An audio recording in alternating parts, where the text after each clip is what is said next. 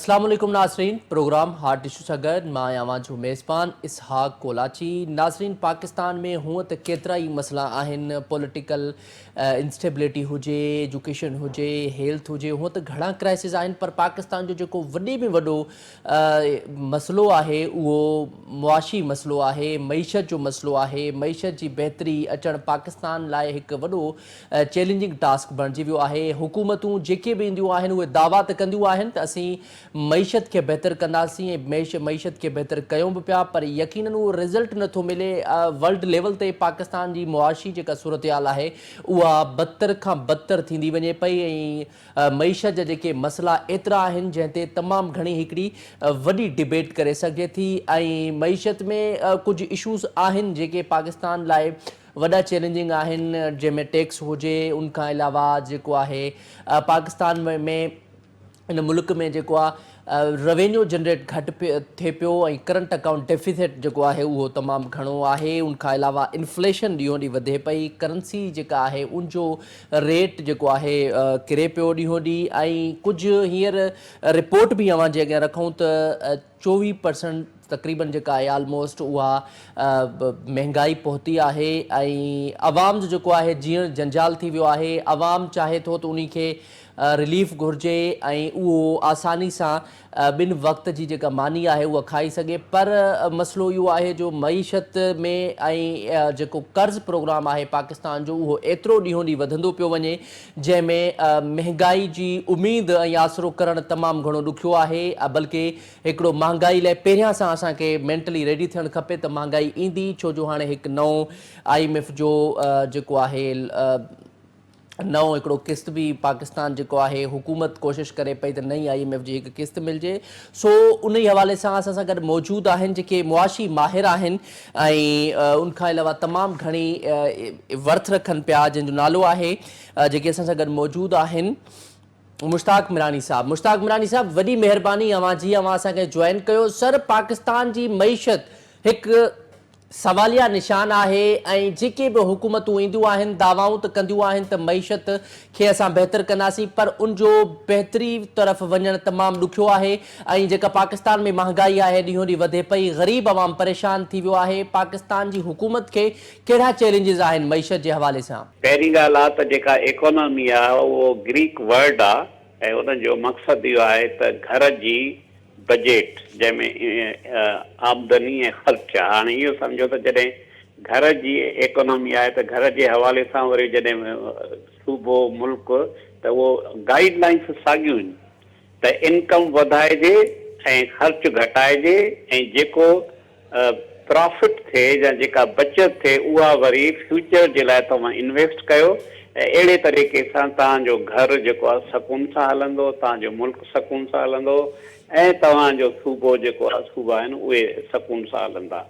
हाणे हिते घणे वक़्त खां अॻु में रुगो हिकिड़ी हुकूमत न आहे, पर घणे वक़्त खां थियो इहो आहे त जेको इनकम घटिजी वई आहे, ख़र्च वधी वियो आहे, पोइ उन जेको डिफरेंस आहे उहो कर्ज़ वरितो वियो आहे। हाणे उन कर्ज़ खे वापसि करण लाइ वरी हिकिड़ो नओं कर्ज़ आहे। इनखे जीअं असां सिंधीअ में था चऊं त विशस सर्किल में पाकिस्तान अची वियो आहे। अनफॉर्चुनेटली जेके सरकारी अंग अखर आहिनि, मिसाल चवनि था त भई हाणे असां 11% महांग आहे पिया, पर जेकॾहिं तव्हां पंहिंजे प्रोग्राम में हाणे ॿुधायो त 24% खां वधीक आहे। उनखां पोइ जेका अनएम्प्लॉयमेंट आहे, जेका बेरोज़गारी आहे, मिनिमम मुंहिंजे ख़्याल खां 40% आहे। छाकाणि त उनखे जेकॾहिं अंडर यूटिलाइज़ेशन चई सघूं था। मिसाल हिकिड़ो जेकॾहिं MA पास आहे उनखे प्राइमरी टीचर रखियो थो वञे, या MA आहे उहो उनखे सेल्स बॉय करे थो सघे, त माना इहो उनजो टैलेंट जो अंडर यूटिलाइज़ेशन उनखे सही के असां कयूं। ऐं जेके औरतूं आहिनि ॿारहाड़ी जूं उन्हनि खे एम्प्लॉयमेंट नथो करे। नतीजो इहो आहे त जंहिं मुल्क में 40% बेरोज़गार हुजनि ऐं उनखां पोइ जेका वरी जेका पॉपुलेशन ग्रोथ आहे उहा 2.5% हुजे, 2.5 त हाणे जेकॾहिं थोरी घणी जेकॾहिं का बेनिफिट पवे थो त उहो जेका पॉपुलेशन वधे थी उहो उनखे न्यूट्रलाइज़ थी करे रादर नुक़सान में थी वञे। इहो मेजर आहिनि। हाणे जेको त थोरो अॻिते वधूं त मिसाल ही जेका PDM-2 जेका गवर्नमेंट आई आहे ऐं उन नओं पंहिंजो मिनिस्टर आंदो आहे फाइनेंस मिनिस्टर, उहो सिर्फ़ु इहो आहे त असांखे IMF जो कर्ज़ मिले ऐं IMF इहो चयो आहे त असां तॾहिं ॾींदासीं जॾहिं तव्हां चाइना खां, सऊदी अरब, मिडल ईस्ट ऐं ॿियनि खां जेको आहे सो तव्हां कर्ज़ रीशेड्यूल कयो या नओं वठो, त पोइ ई असां था जॾहिं उन्हनि गारंटी ॾिनी आहे तॾहिं ई IMF जो चवनि था त जेका नेक्स्ट मीटिंग थींदी उन में उन्हनि खे एप्रूव कंदा $7 बिलियन जे, ऐं पोइ ज़ाहिर आहे उहो किस्तनि सां थींदो। ऐं ग्राउंड रियलिटी ते तव्हां कराची जहिड़े शहर में रहो था, ग्राउंड रियलिटी ते ॾिसो था त का बि एॾी सिर्फ़ु माण्हू हलनि था रस्तनि ते, चांहियूं था पीअनि, फैक्ट्रीज़ बंदि लॻियूं पियूं आहिनि, बिजली जो बहिरान आहे, गैस जो बहिरान लॻो पियो, हाणे गैस जो बहिरान अची वेंदो ऐं माण्हू ॿिनि वेलनि जे खाइण लाइ मजबूर आहिनि। त इन सूरत हाल में इहो ई थींदो जेको तव्हां ॿुधायो आहे। ऐं ॿियो तव्हांखे ॿुधायां त जेके असांजा दोस्त ईंदा आहिनि टेलीविज़न ते, इकोनॉमी साईं हीअं थियो हीअं थियो, इहो इकोनॉमी का आसमानी जेका साइंस कोन्हे का जो असांखे ख़बर पए त सिर्फ़ु उन्हनि चंद माण्हुनि खे ख़बर आहे पिया की न। असां तव्हां सभु इकोनॉमी में इन्वॉल्व आहियूं, प्रोड्यूस था कयूं, ख़र्च था कयूं, वरी उन खां पोइ असांखे जेका असां इनकम थी मिले। तंहिंजे करे ऐं सभिनी जी तव्हांखे हिकिड़ी ॻाल्हि ॿुधायां, मोर आर लेस जिन बि माण्हू इहे इकोनॉमिक्स सां इंट्रस्ट था रखनि या जेके माहिर, उन्हनि जो जेको इलाज बि साॻियो आहे त मुल्क में छा कान ॿुधो, मुल्क में अमन अमान हुजे, पॉलिटिकल स्टेबिलिटी हुजे, पॉलिसी सुठियूं हुजनि ऐं उन खां पोइ रूल ऑफ लॉ हुजे, मुल्क में रूल ऑफ लॉ हुजे ऐं इन्वेस्टर जो जेको कॉन्फिडेंस आहे या एतमाद आहे उनखे बहाल कयो त ईअं थींदो आहे। प्लस इहो बि तव्हां सां मां ॿुधायां, जेके दोस्त ॿुधनि था पिया या ॾिसंदा, त इकोनॉमी हिकिड़े ॾींहं में कोन थींदी त अॼु जेकॾहिं सभु शयूं कयो त पोइ सुभाणे थींदो न, उनखे वक़्तु घुरिजे। इकोनॉमिक डेवलपमेंट हिकिड़ो प्रोसेस आहे। हाणे जेकॾहिं इहे पर उनमें कंटिन्यूटी हुजे, इहो वरी तव्हांखे ॿुधायां त इहे जेको मां पाण डिस्कस कयोसीं हाणे, त उनखे कंटिन्यूटी हुजे, रुगो साल न, 2 साल न, घटि में घटि 10 सालनि ताईं जेकॾहिं इहा कंटिन्यूटी हूंदी इन शर्तनि ते, त पोइ सम्झो था त मुल्क जी इकोनॉमी बहितर थींदी। पर उन में जेकॾहिं ब्रेक थी लॻे या को सियासी टर्माइल थो अचे त पोइ नतीजनो इकोनॉमी घटि थींदी। हाणे हिन वक़्तु बि ॾिसो न, सॼो मुल्क जेको आहे सियासी तौरु टर्माइल आहे। जेके माण्हू इन्वेस्टर आहिनि उहे पंहिंजो पैसो रखी छॾियो आहिनि, त असां अहिड़ी सूरत हाल में कीअं था कयूं। तो तंहिं करे तकलीफ़ ॾाढी थी थिए, जीअं तव्हां पाण ॻाल्हायूं था हिक में, तकलीफ़ ॾाढी थी थिए छो जो उन जो असरु आम ग़रीब माण्हुनि ते थो थिए ऐं उन्हनि खे न रोज़गार आहे, न उन्हनि खे इनकम आहे, न उन्हनि खे बिजली प्रॉपर थी मिले, न गैस थी मिले, न उनखे जेको आहे सो सुठो पाणी थो मिले, उन्हनि जा घर जेके ज़बून आहिनि, सभिनी खे मजबूरी खे त ॾाढी तकलीफ़ थी थिए।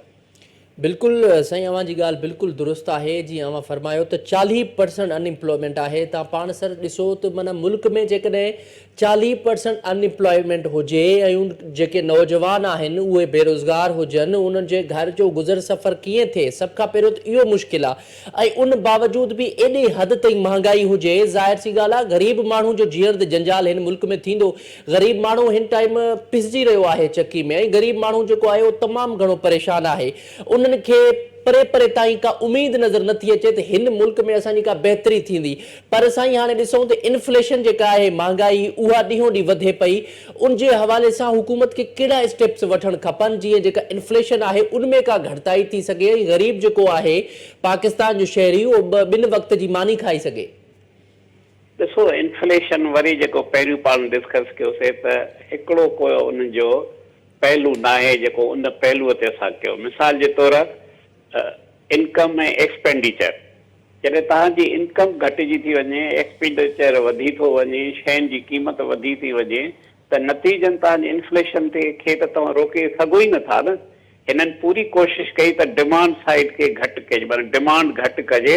इन लाइ त जेको पॉलिसी जेको आहे रेट आहे उहो वधाइजे। पहिरियों 22% हुयो, पोइ 20% अंदाज़नि, हाणे उन्हनि फ़ैसिलो कयो त साढा 13%, इहो 17%।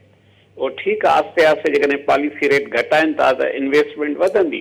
पर सिर्फ़ु हिकिड़ो इहो त न आहे न, ॿियूं बि त आहिनि न। मिसाल तव्हां पैदावार वधायो, माण्हुनि जी जेका ज़रूरतूं कहिड़ियूं आहिनि, पहिरियों खाधो आहे। तव्हां जेको आहे एग्रीकल्चर सॼे पाकिस्तान में, ख़ासि करे सिंध ऐं पंजाब में केतिरो उन्हनि जो पोटेंशियल आहे, तव्हां उनखे वधायो।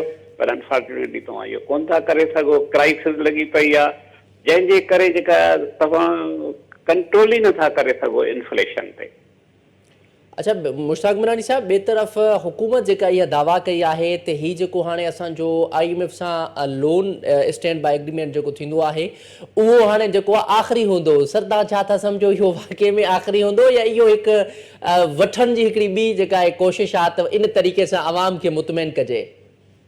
इहे जेके जंहिं बि इहा स्टेटमेंट ॾिनी आहे उन्हनि बदकिस्मत हवाई स्टेटमेंट ॾिनी आहे। उन्हनि खे का ख़बर न आहे फ्यूचर में बि मुल्क जूं जेको सियासी हालतूं ख़राब थी वञनि, इक़्तिसादी हालतूं ख़राब थी वञनि, या पेट्रोल महांगो थी वञे, एनर्जी जी क़ीमत वधी वञे, त पोइ यकीननि तव्हांखे ओतिरी अच्छा वॾी ॻाल्हि आहे जेको ग्रोथ आहे GDP ग्रोथ, उहे जेकॾहिं हाली तव्हांखे 2% 8% हुजे त ख़ुदि ब ख़ुदि तव्हां जेको आहे सो तव्हां वरी नई कर्ज़ जे लाइ एप्लाए कंदो, करे नथा सघो न। पर हाणे तव्हांखे ख़बर आहे त पाकिस्तान में जेके सियासतदान आहिनि उन ॾुख सां चवणो थो पए त उहे गैर ज़िम्मेवार न बयान था ॾियनि, जंहिंजे करे बि शयूं ख़राब थियूं थियनि। बिल्कुलु सही, इहा ॻाल्हि बिल्कुलु अव्हांजी दुरुस्त आहे। पर ॻाल्हि इहा आहे त अवाम जे लाइ हिकु वॾो चैलेंजिंग टास्क आहे। अवाम जेको आहे हिन माहौल में हेॾी महांगाई में अवाम जेको आहे 2 वक़्त जी मानी खाए सर्वाइव करे सघे। ऐं ॿिए तरफ़ इहो बि गॾोगॾु ॿुधायूं त सही, जीअं तव्हां ॻाल्हि कई त 40% अनएम्प्लॉयमेंट आहे, पर उन सां गॾोगॾु सर ॾुख जहिड़ी इहा बि ॻाल्हि आहे त पाकिस्तान जो जेको मज़दूर आहे तबिको, मज़दूर तबिके लाइ सर सैलरी जेका आहे उहा हुकूमत जे तरफ़ां जेका रखी वई आहे उहा घटि में घटि 37,000 आहे। हिन दौर में हिन हेॾी महांगाई में 37,000 में गुज़ारो करणु हिकु तमामु घणो ॾुखियो आहे। पर ग़रीब आवाम जेको आहे मजबूर आहे, करे बि कुझु नथो सघे। पेट्रोल महांगो, खाधे पीते जूं शयूं महांगियूं, भाॼियूं सब्जियूं जेके बि आहिनि इहे हर शइ डेली बेसिस ते महांगी थिए पई। ऐं इन जो को स्ट्रेटजी न आहे त हुकूमत को स्ट्रेटजी फॉलो करे ऐं उन स्ट्रेटजी ते हले, तॾहिं वॾी का इन्फ्लेशन घटि थींदी ऐं पाकिस्तान जी जेका मईशत थी उहा बहितर थींदी। ॾिसो, जॾहिं असां ॻाल्हि कयूं था त मईशत बहितर करण लाइ, पर हिते असांजो ओवरऑल जेको कल्चर आहे न, ख़ासि हिकिड़ो कल्चर आहे, ख़ासि पहलू जंहिं तमामु घणो नुक़सानु थो ॾिए। मिसाल तौर औरतुनि खे आज़ादीअ सां कमु करण जी इजाज़त नथो ॾिए। तव्हां बि सिंध सां तालुक़ था रखो, ॻोठनि में, नंढनि शहरनि में, इवन वॾनि शहरनि में असां औरतुनि खे नथा चाहियूं त उहो वञी पंहिंजे पेरनि ते बीहनि ऐं पंहिंजो सुठो जॉब कनि ऐं फैक्ट्रीज़ में। हिकिड़ो त फैक्ट्रीज़ कोन्हनि, ॿियो लॉ एंड ऑर्डर जेको आहे सफ़ा ख़राबु आहे सॼे पाकिस्तान में। ऐं उनखां पोइ औरतुनि सां रिलेटेड जेके आहिनि जॉब्स, उन लाइ फैक्ट्रीज़ उहे कोन्हनि के। नतीजो इहो आहे त तव्हांजी अधु आबादी जॾहिं तव्हां सां गॾु कमु नथी करे त उन्हनि जो सॼो बर्डन वरी हिकिड़े मेल थिए थो अचे।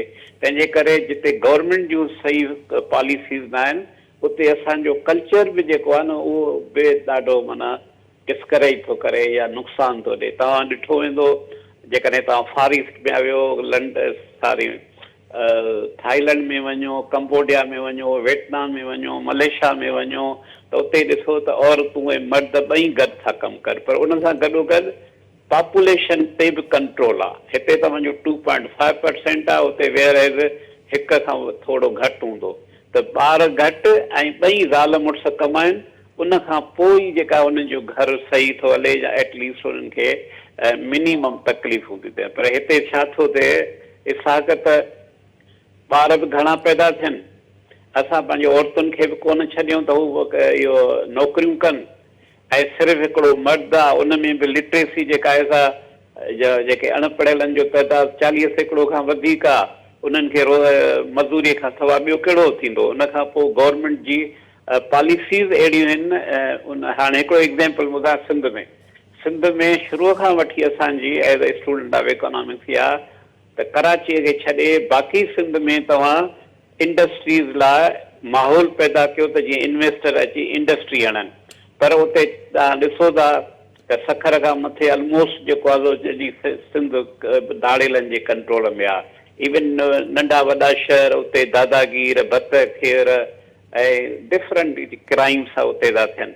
जॾहिं तव्हां पंहिंजे मुल्क में एॾो क्राइम खे ते कंट्रोल नथा करे सघो त उते इन्वेस्टमेंट कोन थींदी। केरु ईंदो जेको इन्वेस्टमेंट करे ऐं फैक्ट्री हलाए हणे ऐं ॿियो सभु कुझु। त इहे सॼा जेके मजमूई जेके आहिनि फैक्टर उनखे मिलाईंदव त उहा ई तव्हांखे ॾिसंदी त गुरबत वधी वई आहे, बेरोज़गारी वधी वई आहे, इनकम कोन्हे का, सहूलियतूं कोन्हनि के, ज़िंदगीअ जो आम सहूलियतूं उहे कोन्हनि के। Very tragic. अच्छा मुश्ताक मीरानी साहब, जीअं अवां ॻाल्हि कई पॉपुलेशन जेका आहे 2.5% पाकिस्तान में आहे ऐं पॉपुलेशन ज़ाहिर आहे हिकिड़ो ॾींहों ॾींहुं वधे पई ऐं ॿाहिरि मुल्कनि में जीअं अवां हिकु एग्ज़ाम्पल बि ॾिनो त फॉरेन कंट्रीज़ में त ईअं आहे कि सिर्फ़ु जेके हस्बैंड ऐं वाइफ हूंदा आहिनि उहे पाण में कोऑर्डिनेशन करे जेको आहे जॉब कंदा आहिनि। हिते त उहो माहौल बि न आहे। नंबर 2, पॉपुलेशन जे हिसाब सां फॉरेन कंट्रीज़ जेके बि आहिनि उन्हनि खे हिकिड़ी स्ट्रेटजी हूंदी आहे त अहिड़े तरीक़े सां जेको आहे पॉपुलेशन खे वधाइजे, अहिड़े तरीक़े सां फैमिली प्लैनिंग हूंदी आहे। असां वटि हिकु त फैमिली प्लैनिंग जो वॾो फुक़दान आहे, त इन खे कीअं बहितर कजे। ऐं नंबर 2 जेको आहे औरतुनि जी आज़ादी जो बि हिकिड़ो जीअं तव्हां मिसाल ॾिनो, बिल्कुलु दुरुस्त मिसाल आहे। इहो असां वटि थोरो ॾुखियो आहे छाकाणि त असां रिलीजियस बेसिस इहो हिकिड़ो मामिलो आहे।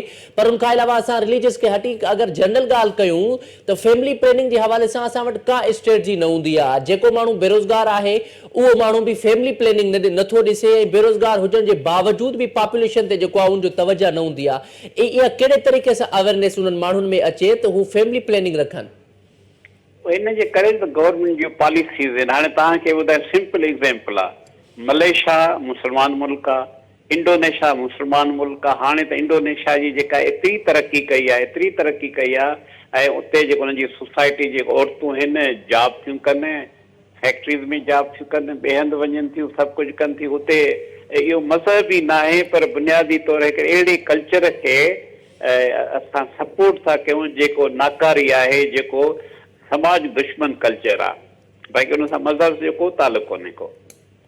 बिल्कुलु। अच्छा मुश्ताक मीरानी साहब, आख़िर में इहो ॿुधाइजो त हाणे हुकूमत जेका आहे नओं मुआहिदो करणु वञे पई IMF सां ऐं उन्हनि इहा दावा कई, जीअं मां तव्हांखे पहिरियां बि अर्ज़ु कयो त उन्हनि इहा दावा कई आहे हीउ जेको प्रोग्राम आहे IMF जो उहो आख़िरी हूंदो। सर जनरली क्वेश्चन इहो ॿुधाइजो त IMF आहे या जेके फॉरेन कंट्रीज़ आहिनि, पाकिस्तान हमेशह उन्हनि फॉरेन कंट्रीज़ जो मोहताज रहे थो, या उहो लोन जी सूरत में हुजे या उहो मदद जी सूरत में हुजे।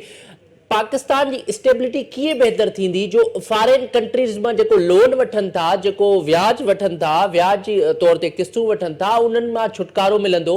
छाकाणि त उन्हनि मां छुटकारो मिलंदो त मईशत ऑटोमेटिकली बहितर थियण जी कोशिशि थींदी।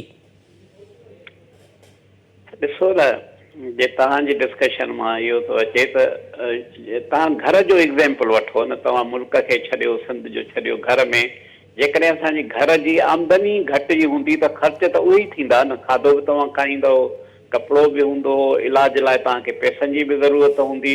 तीअं मुल्क जा हिकिड़े बुनियादी जेके ख़र्च आहिनि उन में जॾहिं तव्हां आमदनी नथा वधायो। ऐं ॿियो काफ़ी दोस्तनि खे इहा ख़बर न आहे त लॉ एंड ऑर्डर अमन अमान जो डायरेक्ट मुआशात सां तालुक़ु आहे, रूल ऑफ लॉ जो डायरेक्ट मुआशात सां तालुक़ु आहे, जमहूरियत जो डायरेक्ट मुल्क जे मईशत सां तालुक़ु आहे, ऐं आइनी जेका गवर्नेंस आहे उहो डायरेक्ट जेको आहे मईशत सां तालुक़ु आहे, ऐं जेके ह्यूमन राइट्स उनजो डायरेक्ट मईशत सां तालुक़ु आहे। हिते जॾहिं सभई जेके मां तव्हांखे ॿुधाया उहे उन्हनि जो रेट नेगेटिव में हुजे त पोइ इकोनॉमी कीअं थी बहितर थी सघे। ऐं ॿियो तव्हांखे ॿुधायां, असांखे त इकोनॉमी ईअं न आहे त हिकिड़ो कोई मुल्क अस्यूम कयो तव्हांखे था चवनि त तव्हां प्रेसिडेंट थियो ऐं पोइ तव्हां हुकुम कयो थियो, ईअं थींदो ई न आहे न। जॾहिं सॼे मुल्क जा माण्हुनि खे हिकिड़ो उमेद हुजे ऐं उनखे ॾिसनि था ग्राउंड ते, वॾी ॻाल्हि आहे त ग्राउंड ते छा आहे दैट्स द इम्पोर्टेंट। बाक़ी हुकूमत जा जेके वज़ीर आहिनि कहिड़ा बयान ॾींदा, छा कया, ठका इहो आहे जीअं चवंदा आख़िरी जेको आहे त इहे बि ठकावा आहिनि। ठकावनि वारनि बयाननि सां थोरी मुल्क सुधरंदो आहे, इकोनॉमी बहितर थींदी। ठीकु आहे, वॾी महिरबानी मुश्ताक मीरानी साहब, अवां असांखे टाइम ॾिनो। नाज़रीन, अवां असांजे पैनलिस्ट जी ॻाल्हि ॿुधी, उन्हनि मईशत जे हवाले सां हिक कुछ जेके आहिनि इशूज़ भी ॿुधाया, उन सां गॾोगॾु जेके आहिनि कुझु उन रिकमेंडेशन्स भी ॿुधायूं त कहिड़े कहिड़े तरीक़े सां जेके पाकिस्तान जा मुआशी मसइला आहिनि उहे बहितर थी सघनि था ऐं अवाम खे बि इन हवाले सां अवेयरनेस करणो पवंदो, छाकाणि त अवाम खे जेतोणीकि ख़बर नाहे त मईशत छा आहे, मईशत खे कहिड़े तरीक़े सां बहितरी कजे, त ज़ाहिर सी ॻाल्हि आहे इहो हिकिड़ो हुकूमत लाइ बि वॾो चैलेंजिंग टास्क आहे ऐं हुकूमत सां गॾोगॾु अवाम जेको आहे हिन टाइम तमामु घणो परेशान आहे। इन मामले ते डिस्कस कयूं था। असांखे ॿियो पैनलिस्ट जॉइन कंदो, पर हिते वक़्तु थियो आहे शॉर्ट ब्रेक जो। Stay with us.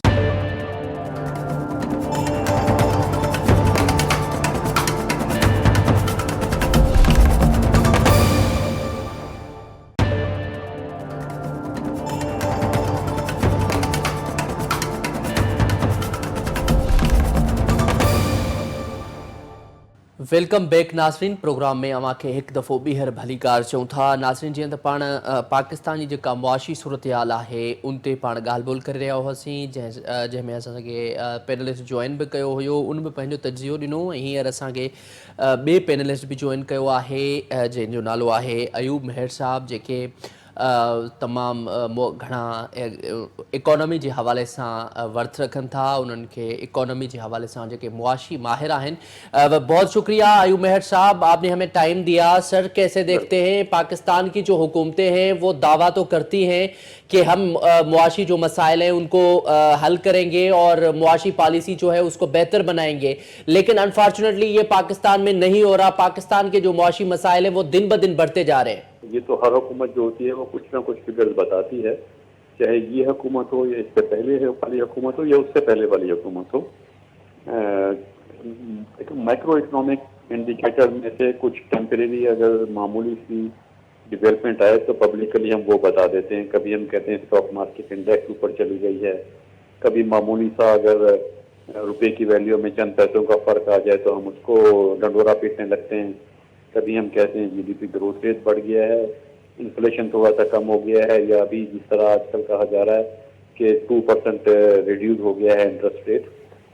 ये जो फ्लक्चुएशन है, अप एंड डाउन है मैक्रो इकोनॉमी में, ये मामूल की बात है। दुनिया की हर इकोनॉमी में अप एंड डाउन इस तरह के होते रहते हैं। कुछ इंडिकेटर अप हो रहे होते हैं, कुछ डाउन हो रहे होते हैं, लेकिन ये कोई सस्टेनेबल अगर डेवलपमेंट हो उसकी हम बात कर सकते हैं कि ये चीज़ जो है सस्टेनेबल एक डेवलपमेंट हुई है, ग्रोथ अब वाकई बढ़ रही है और आइंदा भी बढ़ती रहेगी। दूसरा, इन मैक्रो इकोनॉमिक इंडिकेटर्स उस वक्त ये बहुत कारआमद होते हैं, उस वक्त हम कह सकते हैं इनका इफेक्ट आएगा अगर वो सोशियो इकोनॉमिक इंडिकेटर में कन्वर्ट हो रहे हो, यानी सोशल इकोनॉमिक इकोनॉमी जो है उसमें इम्प्रूवमेंट आ रही हो। सोशल इकोनॉमी से मेरी मुराद है जब लोगों में बेरोजगारी कम हो रही हो, लोग इन्फ्लेशन कम हो रहा हो, चीज़ें जो रोज़मर्रा ज़रूरत की चीज़ें हैं वो लोगों के एक्सेस में हो, लोगों की इतनी आमदनी हो कि लोग उसको खरीद सकें, लोगों की इतनी इस्तेताद हो कि वो अपना जो रोज़मर्रा के अखराजात है वो पूरे कर सकें, और उनको यकीन हो कि वो जिस कारोबार या जिस जॉब से मुंसलिक हैं उसमें रहते हुए जो मुस्तकबिल की उनके अखराजात हैं, घर बनाने हैं, बच्चों की तालीम है, शादी ब्याह है, अगर वो इसके लिए प्रॉपर सेविंग थोड़ी थोड़ी अगर कर रहे हैं, ये नज़र आ रहा है उनकी सेविंग्स भी हो रही हैं और अखराजात भी पूरे हो रहे हैं। ये नहीं कि मैं ये नहीं कह रहा कि एकदम से कोई अमीर हो जाता है, लेकिन अगर ये उम्मीद हो कि सेविंग्स हो रही हैं और अखराजात पूरे हो रहे हैं तो आप कह सकते हैं कि इकोनॉमिक इंडिकेटर सही रिफ्लेक्ट कर रहे हैं, इकोनॉमी इंडिकेटर में इम्प्रूवमेंट आ रही है। अदरवाइज आप आज़ाद-ओ-शुमार में कुछ भी दें, स्टैटिस्टिक्स कुछ भी देते रहें, गवर्नमेंट का बयान कुछ भी आता रहे, जब तक सोशल इंडिकेटर्स में वो चीज़ रिफ्लेक्ट नहीं होगी उस वक्त तक कोई भी चीज़ काबिल एतबार नहीं होगी। अच्छा अयूब मेहर साहब, ये भी बताइएगा, अभी हुकूमत जो है वो अभी ख़ास तौर पे अभी एक नई स्टेटमेंट सामने आई है जो कि वज़ीर आज़म शहबाज शरीफ साहब की है। उन्होंने कहा है कि हम जो अभी प्रोग्राम करने जा रहे हैं IMF के साथ, और उसमें जो है ये जो प्रोग्राम होगा स्टेट बाय अरेंजमेंट का, ये आखिरी प्रोग्राम होगा। आप क्या समझते हैं कि ये स्टेटमेंट पे कोई रियलिटी है, या अभी इतने मसाइल हैं इकोनॉमी में, इकोनॉमी को बेहतर करने के लिए तो बहुत अच्छा खासा टाइम चाहिए, लेकिन ये स्टेटमेंट देना कि अभी आखिरी प्रोग्राम होगा, क्या आप समझते हैं वाकई में ऐसा हो सकता है पॉसिबल, अगर उसके लिए कुछ स्टेप्स हों वो उठाए जाएं तो? गुज़िश्ता जो 7 प्रोग्राम है, हर प्रोग्राम के मुताबिक जो भी हुकूमत थी, किसी एक पार्टी की बात नहीं कर रहा, उस हुकूमत का बयान यही था कि ये आखिरी प्रोग्राम है। 1997 से शुरू हुआ था कि हम IMF कशकोल तोड़ रहे हैं, कशकोल तोड़ने की बात आई थी। उसके बाद एक और प्रोग्राम से पहले कहा गया था कर्ज उतारो मुल्क संवारो, फिर ये कहा गया था कि IMF के पास नहीं जाएंगे, खुदकुशी कर लेंगे, फिर ये कहा गया था IMF का पैसा उसके मुंह पे मारेंगे। हर प्रोग्राम जब साइन किया गया है यही कहा गया है कि हम ये आखिरी प्रोग्राम होगा, अब नहीं जाएंगे। ये स्टेटमेंट इतनी मरतबा दी गई कि इस स्टेटमेंट की अब मैं समझता हूँ कोई वैल्यू नहीं रही, इसको अब लोग सीरियस नहीं लेते। सब हुकूमतों ने ये स्टेटमेंट दी, लेकिन वाकई नहीं जाएंगे। तब पता लगता है, इस बात का तब पता लगेगा जब हमारे इकोनॉमिक इंडिकेटर्स ऐसे हो जाएंगे कि हमें जाने की ज़रूरत नहीं रहेगी। जैसे फॉर एग्जांपल, अगर नहीं अब क्यों जा रहे हैं, जा इससे रहे हैं कि हमारा फॉरेन एक्सचेंज रिजर्व कम हो जाता है, हमारा जो करंट अकाउंट बैलेंस है वो इस हद तक कम हो जाता है कि हमने जो लोन पे करने हैं या इंटरेस्ट पे करना है या इम्पोर्ट का बिल देना है वो हम पे नहीं कर सकते, और ख़तरा होता है कि अगर हम पे नहीं करेंगे तो हम खुदा न खास्ता डिफ़ॉल्ट कर जाएंगे। इंटरनेशनल मार्केट में हमारी एलसीज की ऑन नहीं होंगी, एलसीज नहीं खुल सकेंगी और डिफ़ॉल्ट कंट्री अपने हम आ जाएंगे, जिसकी वजह से रोज़मर्रा की अशिया भी हम इम्पोर्ट नहीं कर सकेंगे। बहुत सारी जो ज़रूरत मेडिसन हैं, मशीनरी है, रॉ मटेरियल है, वो हम इम्पोर्ट नहीं कर सकेंगे। डिफ़ॉल्ट के वो कॉन्सिक्वेंसेज होते हैं। उससे बचने के लिए हम IMF के पास जाते हैं। अब उससे बचने के लिए अगर हम क्या कहते हैं IMF के पास ना जाना पड़े तो फिर उस सूरत में हो सकता है कि हम फॉरेन एक्सचेंज के अपने जो रिजर्व हैं वो इस हद तक बिल्ड कर लें। वो बिल्ड करने के दो ही सस्टेनेबल मेथड हैं। या तो हमारी एक्सपोर्ट इतनी बढ़ जाए कि फॉरेन एक्सचेंज हमारे पास इतने आ जाएं कि IMF के पास हमें ये जो $7 बिलियन हैं जो हर साल 2 बिलियन मिलेंगे, उस हर साल $2 बिलियन की हमें ज़रूरत ना रहे, इतने हमारे पास फॉरेन एक्सचेंज रिजर्व हो जाएं एक्सपोर्ट के जरिए। या फिर मुल्क में FDI आ जाए, फॉरेन डायरेक्ट इन्वेस्टमेंट आनी शुरू हो जाए, तो हमें IMF के पास नहीं जाना पड़ेगा। अब अगर हम कहते हैं कि हम आखिरी प्रोग्राम है हमारा, तो ठीक है, फिर आखिरी प्रोग्राम में तो दो में से एक चीज़ नज़र आनी चाहिए, या तो एक्सपोर्ट हमारी उस हिसाब से ग्रो कर रही हो, बढ़ रही हो, या FDI आ रही हो। अगर FDI भी नहीं आ रही और एक्सपोर्ट भी नहीं बढ़ रही और हम कहेंगे अब आखिरी प्रोग्राम है, तो ये तो कोई मीनिंगलेस स्टेटमेंट है। उसके बगैर कैसे आखिरी प्रोग्राम है? पहले आप अपनी एक्सपोर्ट बढ़ाएं या FDI बढ़ाएं, फिर कहें कि आप नहीं जाएंगे, ये बढ़ गई है, पैसे हमारे पास आ गए। अच्छा अयूब साहब, ये तो हुकूमती बातें हो गई, लेकिन अब अवाम का क्या होगा? अब अवाम जो है पाकिस्तान की वो बहुत ज़्यादा परेशान है इस महंगाई में, और उनका जो अवाम जो है वो पेट्रोल हो या जो भी चीज़ें हैं, खाने पीने की अशिया हो, तो अवाम के लिए एक चैलेंजिंग टास्क हो गया है कि 2 वक्त की रोटी खाना। अब अवाम इतने परेशान है पाकिस्तान की कि वो मुआशी तौर पे परेशान है, लेकिन उसका असर जो है वो मेंटली तौर पे पड़ गया है। आप देख सकते हैं कि आजकल जिससे भी आपकी बातचीत होती होगी तो जाहिर है वो जहनी तौर पे परेशान होगा। वो उसका हल यही है कि मुआशी हालात बेहतर हो। अगर एक बंदे के घर के हालात मुआशी बेहतर नहीं है तो वो ऑटोमेटिकली जो है वो इम्पैक्ट पड़ेगा। लेकिन अभी जो सर 24% जो महंगाई है उससे भी बढ़कर महंगाई है, लेकिन इस महंगाई पे कैसे काबू पाया जा सके, जैसे अवाम सुकून की सांस ले सके, अवाम 2 वक्त का खाना खा सके? देखिए, बिल्कुल इसमें तो कोई मैं इख्तलाफ नहीं कर सकता इस बात से कि अगर इक़्तिसादी हालात ख़राब हो, मुआशी हालात इंडिविजुअल लेवल पे ख़राब हो, तो उससे फिर सोशल इम्पैक्ट आते हैं, उसके सोशल कॉन्सिक्वेंसेस होते हैं, क्राइम्स भी बढ़ते हैं। आप देखें कि पाकिस्तान में गुज़िश्ता 2 डिकेड में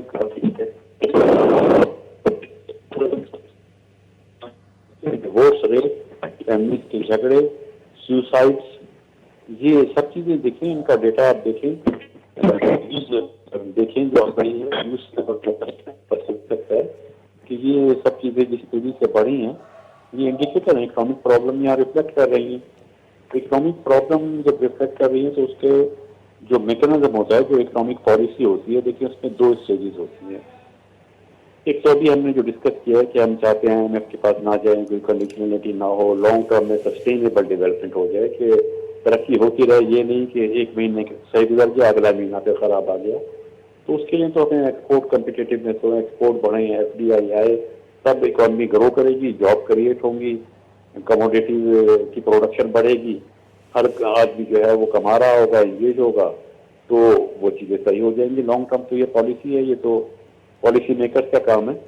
लेकिन शॉर्ट टर्म में ये किया जाता है कि फौरी तौर पर क्योंकि ये चीज़ें अचीव नहीं हो सकती, मॉनेटरी पॉलिसी हो, फिस्कल पॉलिसी हो, उसके असरात फौरी तौर पे नहीं आते, तो शॉर्ट टर्म में फिर ये हल निकाला जाता है कि मुख्तलिफ किस्म के जो वेलफेयर स्कीम हैं, वेलफेयर फंड हैं, या स्टैंपर्स की पेमेंट्स है, जैसे बेनजीर इनकम सपोर्ट प्रोग्राम है, ज़कात डिस्ट्रीब्यूशन है, ज़कात के फंड्स हैं, या जो नीडी पर्सन है उनके एजुकेशन के अखराजात हैं, ये चीज़ें जो होती हैं, इस किस्म के फंड या इस तरह की जो चीज़ें होती हैं स्कीम्स, वो शॉर्ट टर्म में इमीडिएटली हल प्रोवाइड करती हैं, ताकि जो पॉवर्टी के या बेरोजगारी के जो नेगेटिव इम्पैक्ट होते हैं, क्राइम्स जिसकी वजह से बढ़ते हैं, सोशल अनरेस्ट बढ़ता है, वो सोशल अनरेस्ट और क्राइम ना बढ़ें, तो ये इस तरह की short term step and payment की स्कीम निकाली जाती हैं।